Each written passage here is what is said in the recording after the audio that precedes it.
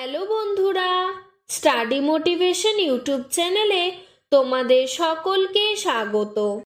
আজকের আলোচনার বিষয় হলো বাংলা অনুচ্ছেদ রচনা শীতকাল। এই রচনাটি তোমরা ক্লাস 3, 4, 5 এবং 6 পর্যন্ত লিখতে পারবে।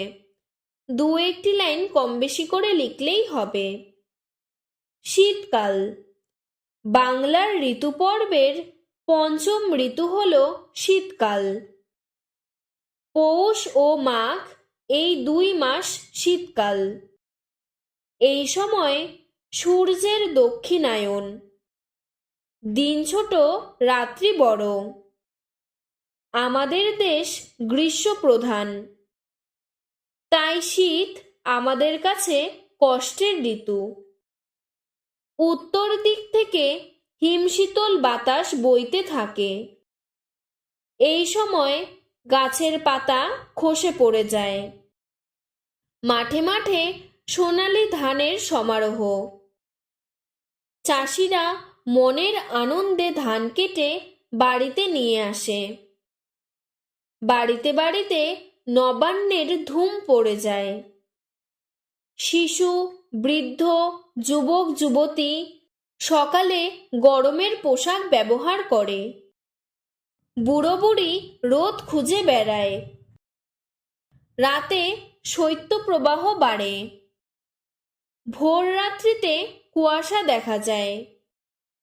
শীত ফসলের ঋতু। শাকসবজি, তরিতরকারিতে মাঠ ভরে ওঠে।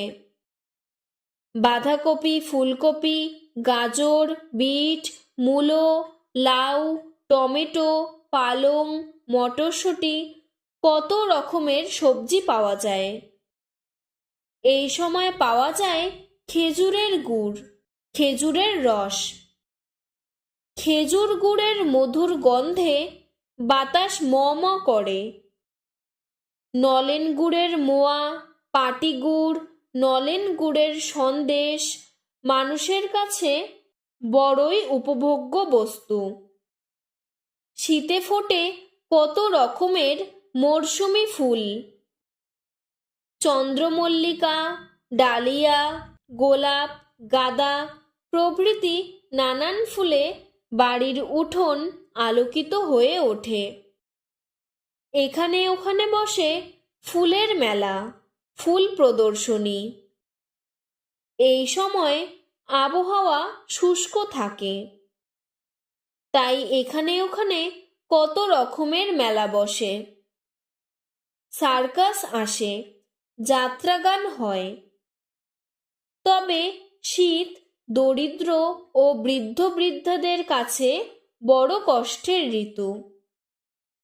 এই সময় কফ, কাশি, সর্দিতে লোকে আক্রান্ত হয়। আজকের ভিডিওটি এতটুকুই। তোমাদের যদি আরও এরকম অন্য কোনো অনুচ্ছেদ রচনার প্রয়োজন হয় আমাকে কমেন্ট বক্সে জানাবে, আমি সাহায্য করার চেষ্টা করব। ধন্যবাদ।